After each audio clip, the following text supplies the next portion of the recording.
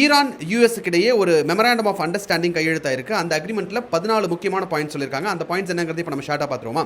First, எங்களுக்கு இடையில எந்த போருமே இனிமேல் கிடையாது. லெபனான் ஃபைட் முதற்கொண்டு எதுவுமே இனிமேல் கிடையாது. இனி ஒருத்தர் இன்னொருத்தர் மேலே போர் தொடுக்க மாட்டோங்கிறது ஃபர்ஸ்ட் பாயிண்ட். செகண்ட் பாயிண்ட், யூஎஸும் ஈரானும் ஒருத்தரோட விஷயத்துக்குள்ளே இன்னொருத்தர் தலையிட மாட்டோம் அப்படிங்கிறதையும் சொல்லியிருக்காங்க. மூணாவது பாயிண்ட், இந்த ஃபைனல் டீல் இது வெறும் மெமராண்டம் தான். இந்த ஃபைனல் டீலுக்கு 60 நாள் டைம் இருக்குது. இப்போ தேவைப்பட்டால் இந்த 60 டேஸை ரெண்டு சைடுமே ஒத்துக்கிட்டாங்க அப்படின்னா இந்த 60 டேஸை இன்னும் கொஞ்சம் எக்ஸ்டெண்ட் பண்ணிக்கலாம் அப்படிங்கிறது டீல் நம்பர் 3.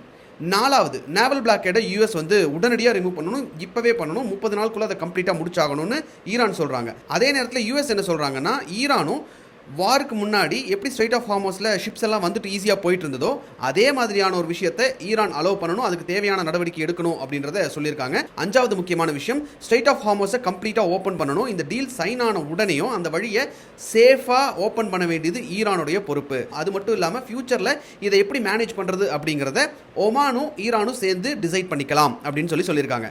ஆறாவது முக்கியமான பாயிண்ட், ஈரானுக்கு $300 பில்லியன் ஹெல்ப் கொடுக்குறோம் அப்படின்னு சொல்லியிருக்காங்க. யூஎஸ் மற்ற நாடுகளோட சேர்ந்து இந்த $300 பில்லியன் கொடுப்பாங்க அப்படின்ற மாதிரி சொல்லியிருக்காங்க. இந்த பணம் எப்படி கொடுக்கப்படும் அப்படிங்கிறத அடுத்த 60 நாளில் அதுக்கான டீட்டெயில்ஸை கொடுப்போம் அப்படின்னு சொல்லியிருக்காங்க.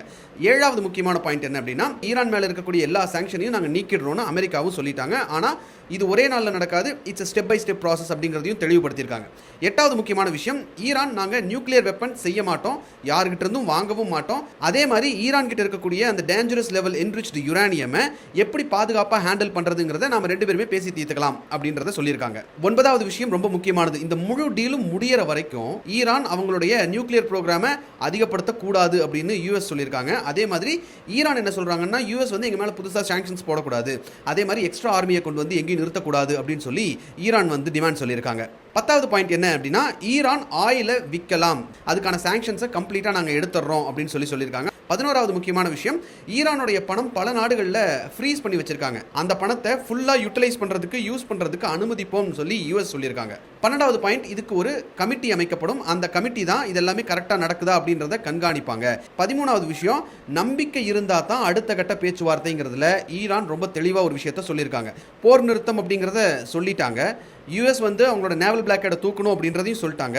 இதெல்லாம் நடக்க தொடங்கினால், தொடர்ந்து நடந்தால் அடுத்த கட்ட பேச்சுவார்த்தை, அடுத்த கட்ட விஷயங்களை பற்றி நாம டிஸ்கஸ் பண்ணலாம் அப்படின்னு சொல்லி இந்த அக்ரிமெண்ட்ல ரொம்ப தெளிவாக போட்டிருக்காங்க. ஃபைனல் டீலாக முடிச்சதுக்கு அப்புறம் யுனைடெட் நேஷன் செக்யூரிட்டி கவுன்சிலில் ஒரு அஃபிஷியல் ரெசல்யூஷன் போட்டு இதை கன்ஃபார்ம் பண்ணுவோம். ஸோ வந்தோம் ரெண்டு பேரும் பேசிக்கிட்டோம் அப்படிங்கிற மாதிரி இல்லாமல் இது ஒரு சட்டப்படியான ஒப்பந்தமாக மாறும் அப்படின்றத இந்த மெமராண்டம் ஆஃப் அண்டர்ஸ்டாண்டிங்கில் அமெரிக்காவும் ஈரானும் கையெழுத்து போட்டிருக்காங்க.